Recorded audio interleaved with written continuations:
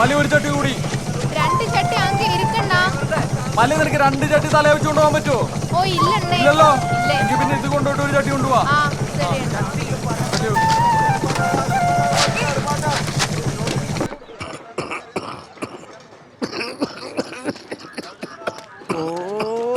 വലിയണ്ട ചുമക്കത്രൊക്കെ പോരാ, സാധകം ചെയ്യണം.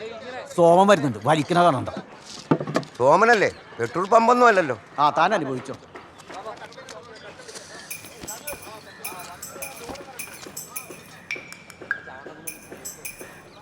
ബീഡിയാ ജൈവം.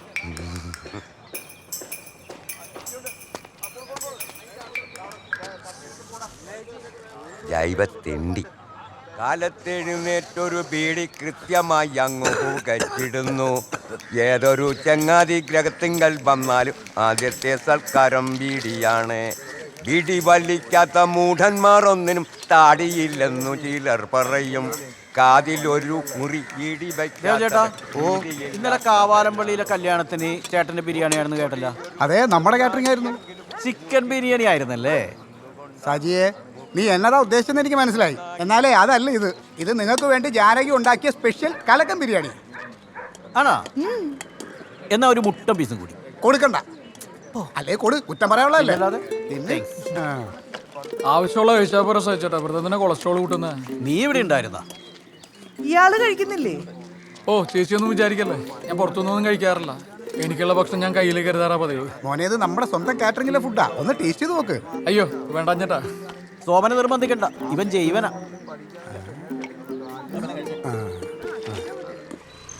കൊള്ളാം കൊള്ളാം. ഞങ്ങളെ കിട്ടണം കേട്ടോ, എന്നെ കിട്ടണം.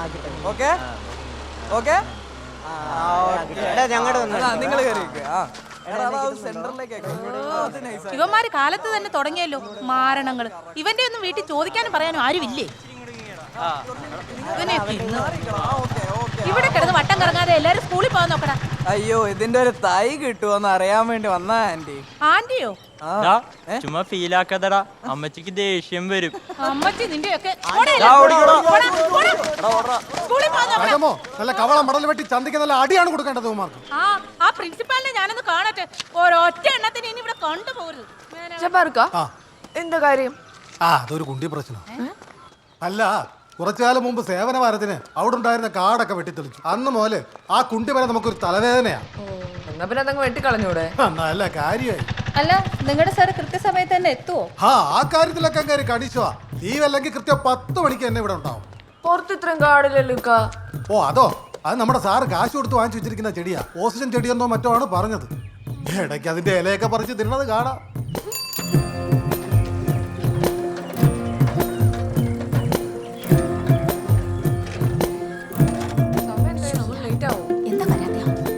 ഒന്ന് മാറിക്കോ പ്ലീസ്. അതെ ചേട്ടാ, ഞങ്ങളാണ് ആദ്യം വന്നത്. പുറകെ നിൽക്ക്. മോളെ മാറിക്ക്, സാറൊന്ന് കയറിക്കോട്ടെന്ന്. Sorry sir, ആളറിയാതെ.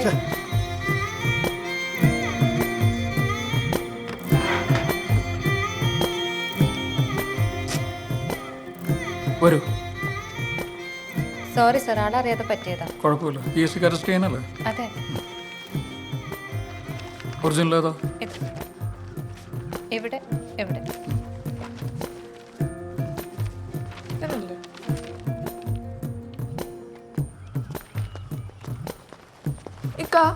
ഈ പുള്ളി ഇരട്ടാളാണോ? ഇല്ല, എന്ത് പറ്റി? അല്ല, ഇതുപോലൊരു പുള്ളി വീട്ടിൽ വർക്ക് പണിക്ക് വന്നിട്ടുണ്ട്. അതീ പഹയൻ തന്നെയാണ് മോളെ. ഇപ്പോഴത്തെ പിള്ളേര് കാശും കൊടുത്ത് ജിമ്മിൽ പോകും. എന്തിനാ? മസിൽ ഉരുട്ടാൻ. എന്നാ നമ്മുടെ സോമൻ സാറ് പഴയ വാർക്ക കമ്പനിക്കാരെ വിളിക്കുമ്പോഴേ ജിമ്മിൽ പോണ പോലെ അങ്ങ് പോവും. അതിനങ്ങനെ കാശൊന്നും വാങ്ങിക്കുന്നില്ലെന്നാ ഞാൻ കേട്ടത്.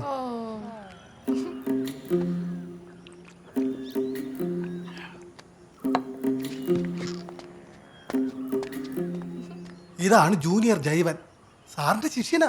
ചമ്രം പഠിച്ചിരുന്നേ വെള്ളം കുടിക്കൂ.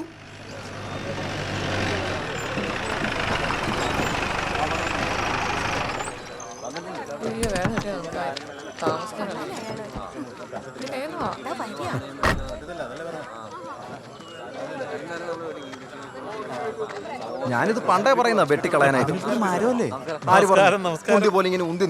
വനിതാ പ്രവർത്തകരുണ്ടോ? ഇത് കണ്ടിട്ട് പ്രസിഡന്റ് എന്ത് തോന്നുന്നു? ഓ, എന്തൊരു ഫിനിഷിംഗ് അല്ലേ കുണ്ടിമരം. അല്ല ഈ പ്രകൃതിയുടെ ഒരു വികൃതി എന്നല്ലാതെ എന്നാ പറയാനല്ലേ? ഈ കുണ്ടിമുഴ രണ്ടെണ്ണോ കണ്ടിച്ചു കളയണം സാറേ. അതുപോലെ കീടാശില കലക്കി വെച്ച് അതങ്ങ് പൊക്കോളും. സോമൻ ചേട്ടാ, ഇതേ മരം നശിപ്പിക്കാൻ അവരുടെ പരിപാടി. നീ മാറിക്കേ. ഇവരൊക്കെ അഭിപ്രായം ആലോചിച്ച് വേണമെങ്കിൽ നമുക്ക് ഇതൊക്കെ ചെത്തിക്കളയാം ഈ ഭാഗം, അല്ലേ? പൊതുവായിട്ട് പറഞ്ഞാല് നിങ്ങളുടെ എല്ലാവരുടെ അഭിപ്രായം ഇതങ്ങ് ചെത്തിക്കളയണമെന്നാണ് അല്ലേ? ചെത്തിക്കളഞ്ഞാൽ ചിലപ്പോ പിന്നെ മുഴ വരും. പിന്നെന്തോ ചെയ്യും? അപ്പൊ മൊത്തത്തിൽ വെട്ടാനായിരിക്കും അല്ലേ? അല്ലേ സോമൻ പറഞ്ഞല്ലേ, എന്നാ പിന്നെ മൊത്തത്തിലൊക്കെ വെട്ടിയേക്കാം. കറക്റ്റ്. സാർ ആരെന്ത് പറഞ്ഞാലും മതി മതി എന്ന് പറയാണ്ട് സ്വന്തമായിട്ടൊരു തീരുമാനം എടുക്കും നിങ്ങള്. എന്റെ പൊന്നു പരിസ്ഥിതിസോമ, ഒരു കല്യാണം കഴിച്ചാലേ തനിക്ക് പെണ്ണുങ്ങളുടെ ഫീലിംഗ്സ് ഒക്കെ മനസ്സിലാകത്തുള്ളൂ. ഈ മരത്തിന് പ്രശ്നം വന്നാലേ അതിന് പാവാട അടിക്കാൻ വകുപ്പൊന്നുമില്ല. അശ്ലീലം കണ്ട അപ്പ കട്ട് ചെയ്യണം. പിള്ളേരെ പെണ്ണുങ്ങളെ കോരുന്ന ഓഫീസാ. ഈ എ സർട്ടിഫിക്കറ്റ് മരം വെച്ചോണ്ടിരിക്കാൻ പറ്റത്തില്ല, വെട്ടിക്കളയണം. അപ്പൊ പിന്നെ പുറത്തു കൊടുക്കണ്ട, മൊത്തത്തിൽ ഞാൻ അങ്ങ് ഏറ്റെടുത്തോളാം. എന്തേ? ആണോ? എങ്കിൽ കാണാം നമുക്ക്. കാണാം. കാണാന്നേ. ഇന്നത്തെ ഇടംകണ്ണിൽ വളരെ വ്യത്യസ്തമായ ഒരു ഉപവാസ സമരത്തിലേക്കാണ് നിങ്ങളുടെ ശ്രദ്ധ ക്ഷണിക്കുന്നത്. ഓഫീസ് വളപ്പിലെ വടവൃക്ഷത്തിൽ അശ്ലീലം കണ്ട് അത് വെട്ടുവാൻ ഒരുങ്ങിയവർക്കെതിരായി ആ മരത്തിന്റെ മുകളിൽ തന്നെ ഏറുമാടം കെട്ടി വളരെ വ്യത്യസ്തമായ ഒരു ഉപവാസ സമരത്തിലാണ് ശരിയാണല്ലോ, ആള് കൊള്ളാലോ. സർക്കാർ ജോലി ഉണ്ടായിട്ടാണ് വാർക്കപ്പണിക്ക് വന്നത്. കാശിനോട് ഇത്ര ആക്രാന്തം പാടില്ല.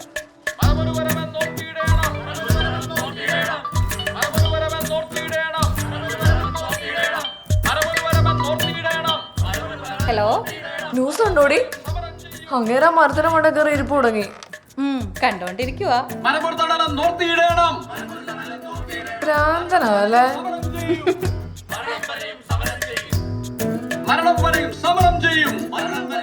ചേച്ചി, അവൻ ഇപ്പോഴെങ്ങാനും കേറി വരുമോ? ഏയ്, നീ പേടിക്കാതെ ഉണ്ടാക്കിക്കോടി. ഇന്നിന് പ്രതീക്ഷിക്കണ്ട, ആൾക്കാരൊക്കെ കൂടിയിട്ടുണ്ട്. ആൾക്കൂട്ടം കണ്ട അവന് പ്രാന്ത. എങ്കിലേ നീ ഒരു പ്ലേറ്റും കൂടെ ഉണ്ടാക്കിക്കൊണ്ട് വാടി. മൊബൈൽ ഫോണിൽ റേഞ്ച് ഇല്ലാത്തതിനാൽ ലാൻഡ് ഫോൺ മരത്തിന്റെ മുകളിലേക്ക് എടുത്ത് ഓഫീസ് ജോലികൾക്ക് ഒരു തടസ്സവും വരാത്ത രീതിയിൽ മാതൃകാപരമായാണ് ഈ കൃഷി ഓഫീസറുടെ ഉപവാസ സമരം.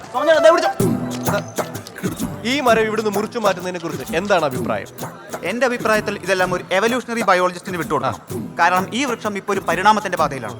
ഇന്ന് അതിനൊരു ചന്തി വന്നു, ഇനി നാളെ കണ്ണും മൂക്കും എല്ലാം വന്ന് ഇതൊരു ജീവിയായി പരിണാമം പ്രാപിക്കില്ലെന്ന് ആര് കണ്ട്?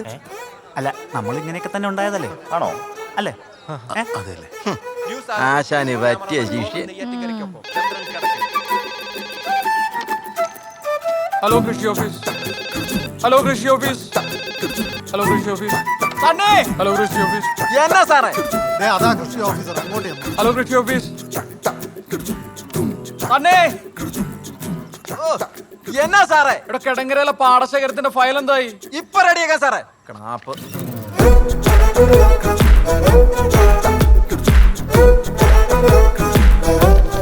രാജമ്മേ, ആ മഞ്ഞൾ വെള്ളം മാറ്റി കൊടുത്തേ. കൊള്ളാലോ.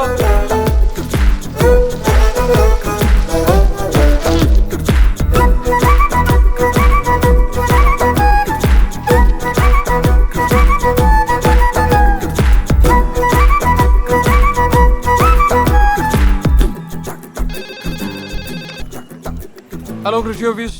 സാർ, ഞാൻ PR ഇഞ്ചു. പറഞ്ഞു പറയൂ. ഞാൻ ഇവിടത്തിലുണ്ട്. കാണുന്നുണ്ട്, പറഞ്ഞോളൂ. സാർ, ഞാൻ ബിടെക് തോറ്റു. 48 സപ്ലൈ. അച്ഛന് മുമ്പിലെങ്കിലും ജയിച്ച് കാണിക്കണം. അതിന് 3 മാസം കൊണ്ട് വിളവെടുത്ത് കാശുകാരനാവാൻ പറ്റിയ വല്ല കൃഷിയുണ്ടോ സാർ? ഞാൻ മണ്ണിലേക്ക് തന്നെ ഇറങ്ങാൻ തീരുമാനിച്ചു. മണ്ണിലേക്ക് മടങ്ങുന്നതന്നെ ആയിരിക്കും നല്ലത്.